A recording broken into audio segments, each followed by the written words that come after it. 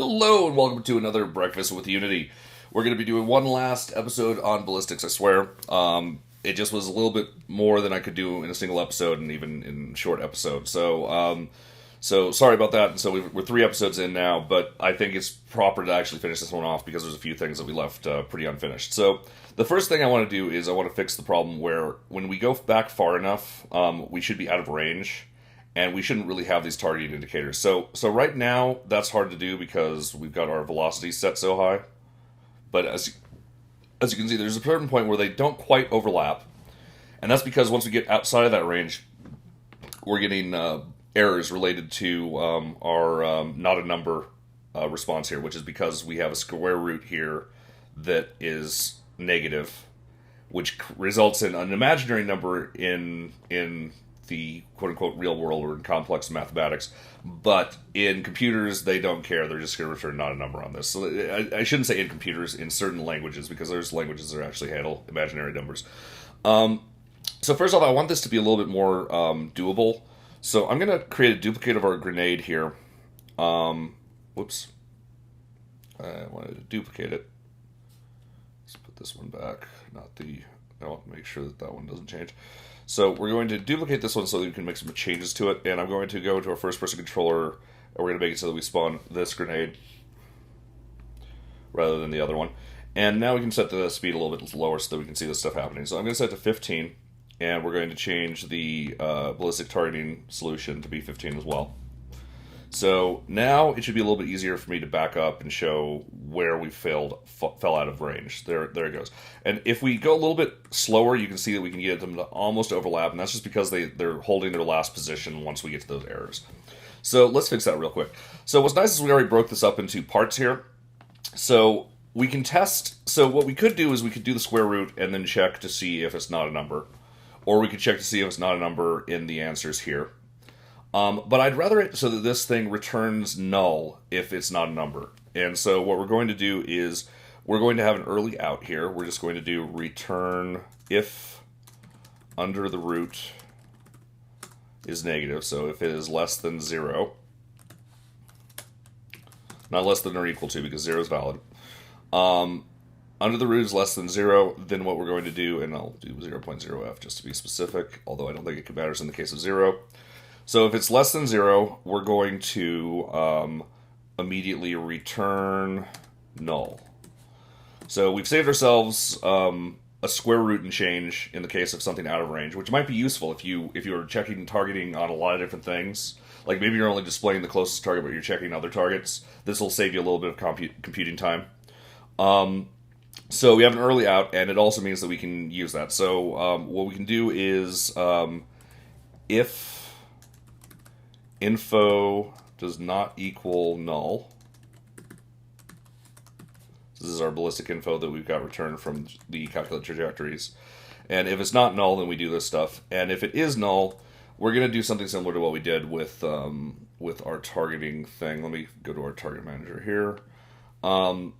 Which is we're just going to move them way off the screen. I'm just going to do the same little value here. Else... So we want transfer to position. So what we actually want is, oh wait, we don't want that, do we? Because that moves it off the. Yeah, that's fine. Let's just do it. So this will require us to reverse this operation as well, which is fine. So transform.position, and same thing here. I'm just going to copy this whole thing and make it target indicator 2. And then we have to do this stuff to put them back into their original location. So the thing is, target indicator 1... Oh. Wait, these are the indicators. And so I don't use... this is not going to work so well. Yeah, because this is actually just changing... Okay, got it. What's the best way to do this? So right now we're not actually directly controlling the... I didn't think this through, did I? We're not directly controlling the HUD elements. Those are actually following our targets here. And so it's possible... All we have to do is move one of these things into a way that we wouldn't see it. Okay, so if we move these, now the Z needs to be there. just needs to be Z1, right? Because we only... I'll just leave it at 10. So what we're going to do is we're just going to, that'll be fine. We'll just move them way off into space somewhere. Though we could still see them at some angles, couldn't we? Yeah, there's no good solution here just by moving them. Alright, so we'll have to actually turn off the indicators. So did we find a way to do that? If we do this, does that get rid of it? Okay, let's try that. So we're going to just add, whoops, public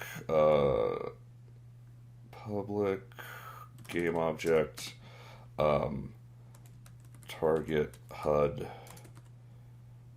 I'm going to change the target HUD 1. Yeah, we'll do this. It's not the cleanest way, but let's give this a shot. File save. So target HUD 1, target HUD 2, and then we're just going to enable them or disable them.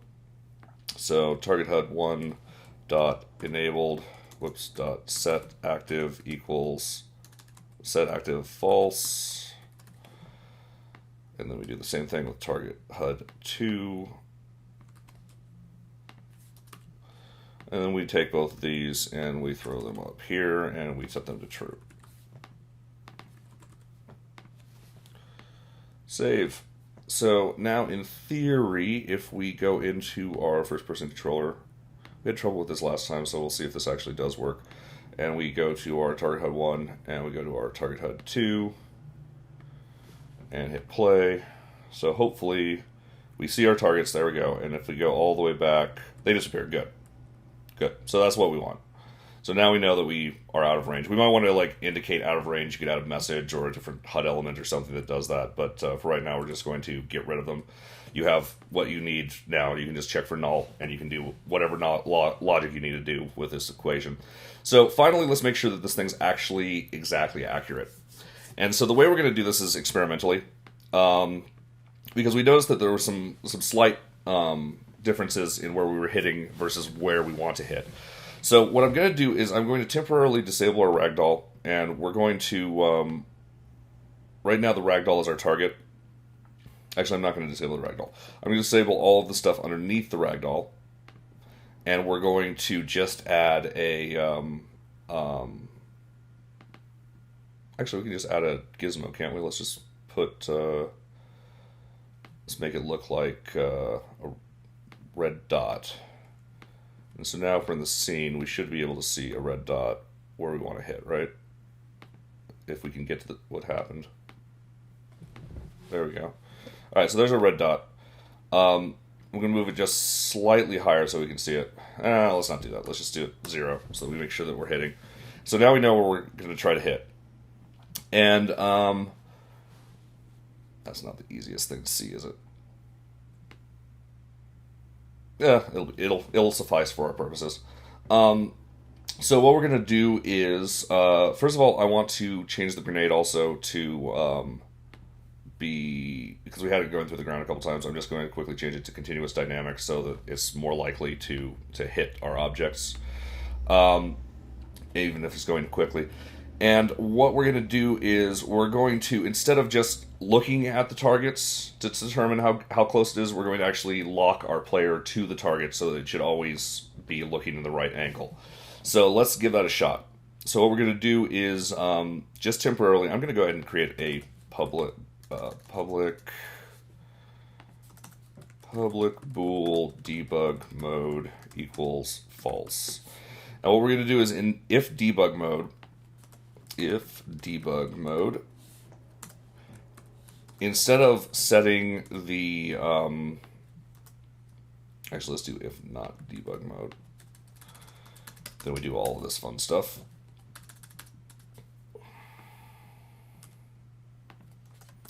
And then else, we're going to change it a little bit. We're going to make it so that, actually this should happen no matter what. We'll have the target indicators there no matter what. I know I keep resending things. So if debug mode, then we want to actually rotate our camera to the target. So what we're going to do is we currently, no, we don't get the camera anywhere to do it. That's annoying. Okay, so what we will currently do is we will rotate the main camera so that it is facing the... so when we hit play right now, the local rotation of the main camera shouldn't change other than vertically, right? So if we look at the main camera, yeah, you can see this only changing vertically. No matter how much I look left and right, it's hard to tell I'm looking left and right, but I am. I'm going to move slowly so you can see the corners come in. It's not actually rotating left and right. That's happening on the first-person controller. So on the camera, we're going to do camera.main.transform.local position. And this is debug, so it doesn't have to be perfect, right? Equals, so what we want this to do is, we're just going to use the high angle as our test for right now. So we're going to go like that. So that should be our camera position. And then we're going to take our transform.position dot, oh, not local position, we want local rotation. And then we want transform.local rotation to be pointed at the objective. So what we can do is, how do we get that? It's target position minus transform position.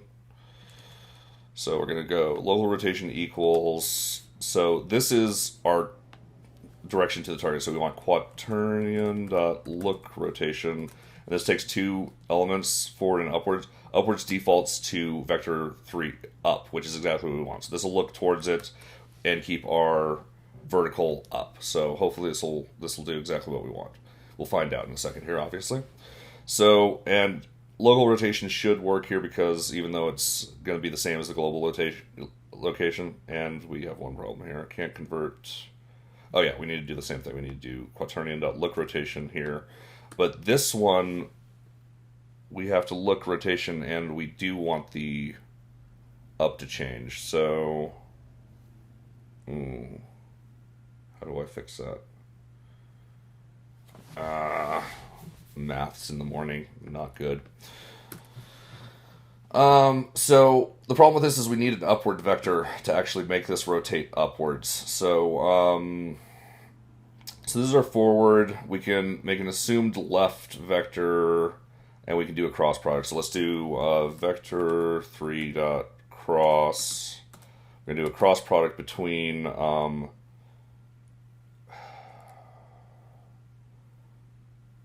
actually, oh, this doesn't even matter.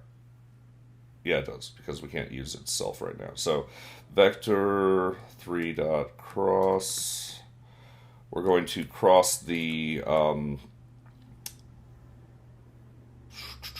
we're going to cross the camera.main.transform.right with our angle here, and this should produce our upwards angle that we want. Bear with me here.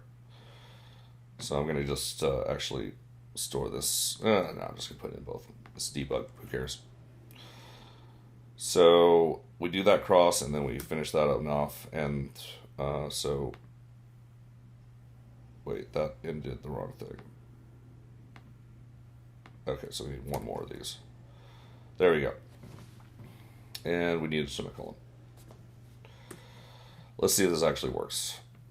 If it does, we should be looking directly at the high trajectory at all times. If we turn on debug mode. So, inspector, turn on debug, hit play, see if this is working. No, I did something horrible. And for some reason it wasn't locking the transform. Wait, what was it doing to the camera there?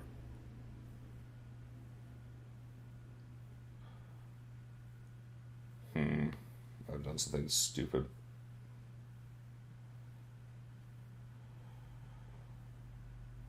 Wait, the cross product could be... Okay, so we want the cross product... We could actually just use vector 3 dot right. Let's just see if this fixes it. I don't think it's going to. Save, play. Nope. Which is the one that's giving us the trouble? Probably this one. Let's double check though. So if this is right, that means we should be able to look up and down, and we'll always be locked. Okay, so we're always locked horizontally, so that's good. That part's working. Maybe we should do that first, just in case that makes a difference. And so that means that, yes, definitely I'm screwing something up here.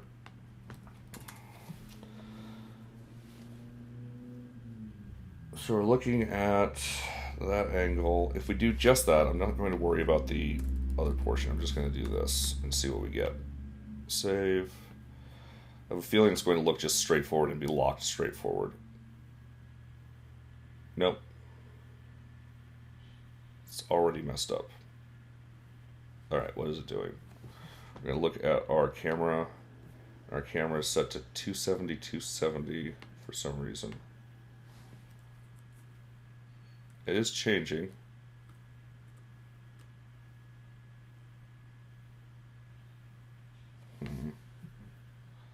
Oh, maybe it's because we're doing... Let's just turn off mouse look for right now and see what happens. Arg.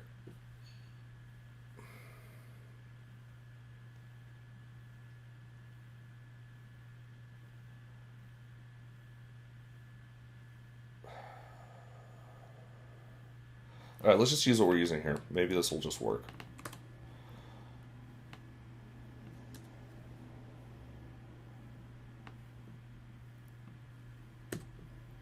So I should have done before anyway. Let's give this a shot. Play. Oh, I have too many of these. Save. Play. Okay, yay, it's working. Okay, cool, finally. So now what we're going to do is we're going to go into the game. So that took so long, folks. And we're going to now try shooting. Oops, I don't want this to maximize on play. Let's turn that off. So what we're going to do is we're going to shoot and see if we hit directly on target. Ooh, that's looking good. And I'm going to move a little bit. So I'm actually moving here. Oh, okay, so I'm going to move close to the end of our range here.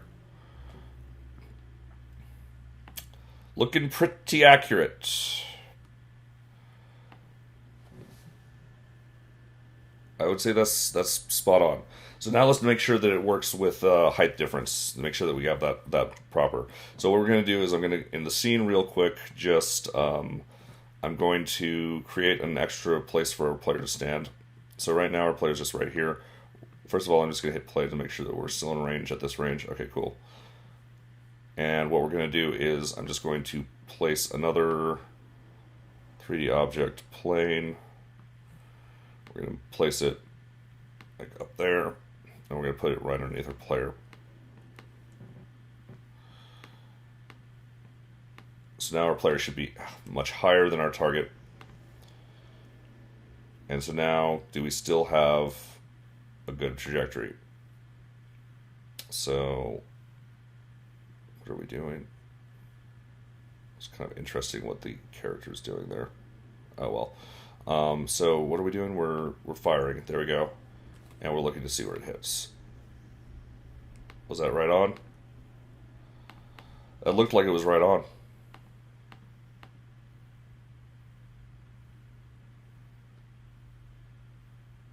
Yeah, I would say that's good enough for our purposes. Let's do one really extreme example. Let's really change the height and make it a little bit further away. Let's go back a little bit, and then let's bring this to like Y50. And let's bring this guy way up.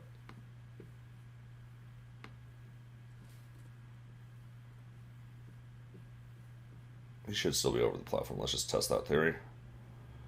Fell down, hit the platform. Good. And we shoot and shoot and shoot and shoot and shoot. And see how we did.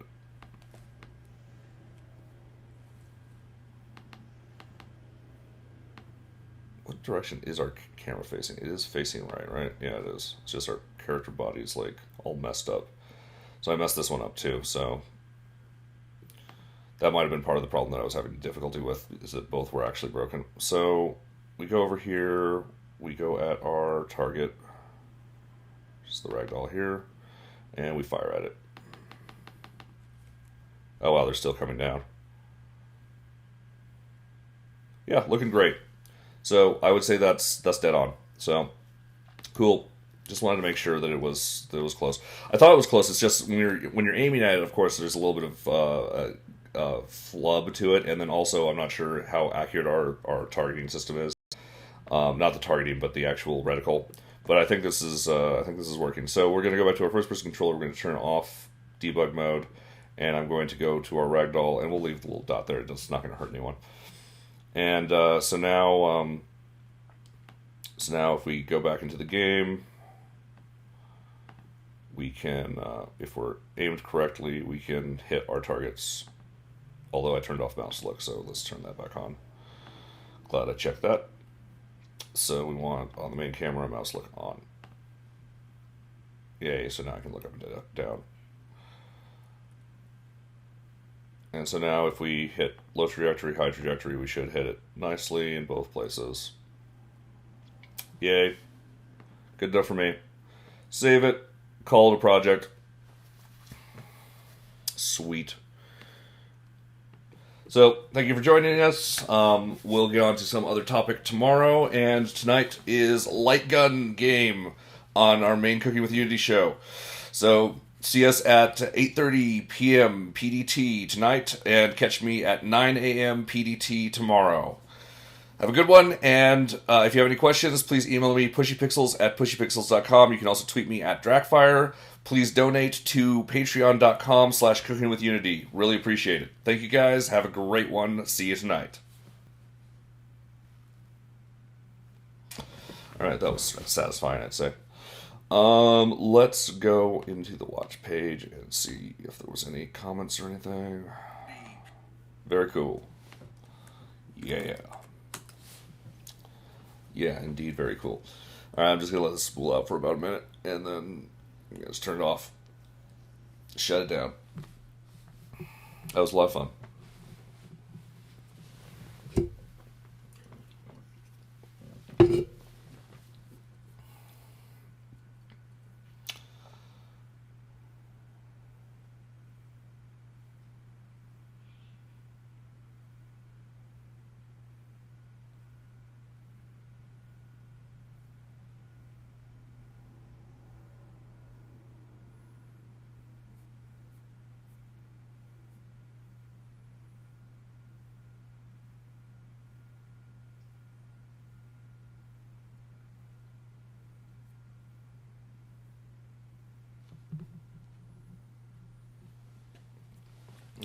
Thank you guys.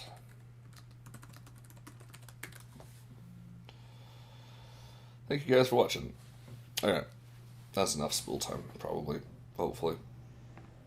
Everyone's saying great tutorial, so it must be over.